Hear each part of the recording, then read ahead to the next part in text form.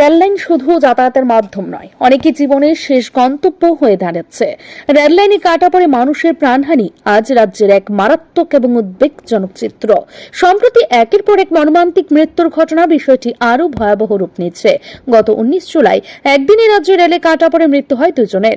আর এই ঘটনার রেশ কাটতে না কাটতে রবিবার আবারও এক যুবকের মর্মান্তিক মৃত্যু হয় রেললাইনে সাধুটুলা র্যান্টার্স কালীবাড়ি সংলগ্ন এলাকায়। প্রত্যক্ষদর্শীদের বর্ণনায় জানা যায়, একজন স্থানীয় যুবক কাজে যাওয়ার সময় রেল সেতুর উপর থেকে নিচে কিছু পড়ে থাকতে দেখে সন্দেহ হয়। কাছে গিয়ে দেখতে পান একটি মৃতদেহ পড়ে আছে, শরীর খণ্ড বিখণ্ড অবস্থায়, মাথা শরীর থেকে আলাদা, হাত পা ছিন্ন। মুহূর্তেই শরীরে ছড়িয়ে পড়ে চাঞ্চল্য।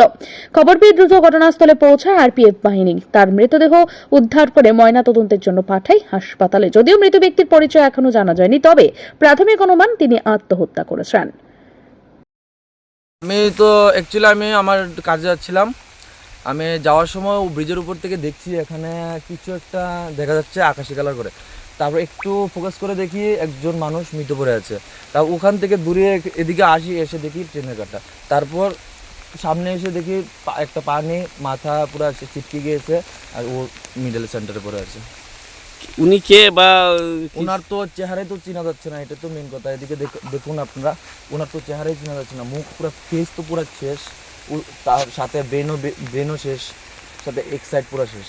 ঘটনাটা কোন জায়গায়? এটা সাধুটিলা নেয়ার রেন্টাস সংলগ্ন এলাকা। আচ্ছা, ঘটনা কি এখানে অবধি এখন অবধি কোনো পুলিশ বা কেউ? না, এখন অবধি কোনো পুলিশ কিংবা কেউ খবর হয়নি। আমি এখন স্টেশনের মধ্যে আরপিএফকে খবর দিয়েছি, ওরা আসছে স্যার কিছু। সর্বভারতীয় পরিসংখ্যান বলছে, প্রতি বছর দেশে প্রায় 15,000 থেকে 20,000 মানুষ রেল লাইনে কাটা পড়ে প্রাণ হারান। এর মধ্যে একটা বড় অংশই দুর্ঘটনা নয়, আত্মহত্যা। ত্রিপুরা রাজ্য এই হার ধীরে ধীরে উদ্বেগজনকভাবে বাড়ছে। 2022 সালে ত্রিপুরা রেল দুর্ঘটনায় মৃত্যু প্রায় 28 জন। 2023 সালে বেড়ে হয় 35 জনের মতো। 2024-এর মাঝামাঝি পর্যন্ত, অর্থাৎ জুলাই, মৃতের সংখ্যা প্রায় 20। এই সংখ্যা যে শুধু মানবিক বিপর্যয় নয়, তা রেলওয়ে নিরাপত্তা ও মনোসামাজিক অব্যবস্থার চিহ্ন বটে। রেললাইনে পারাপারে অসতর্কতা, কানে হেডফোন দিয়ে হাঁটা, লাইনে বসে মোবাইলে ব্যস্ত থাকা, এই অভ্যাসগুলি বড় দুর্ঘটনার কারণ। তার উপর মানসিক অবসাদে ভুগে আত্মহত্যার পথ বেছে নিচ্ছেন বহু মানুষ।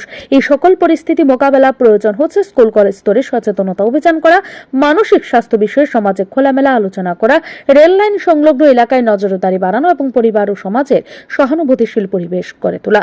এই মৃত্যুগুলো শুধু সংখ্যা নয়, প্রতিটি একটি জীবনের অপচয়। আমরা যদি এখনই সচেতন না হই, আগামী দিনে এই হার আরো বাড়বে।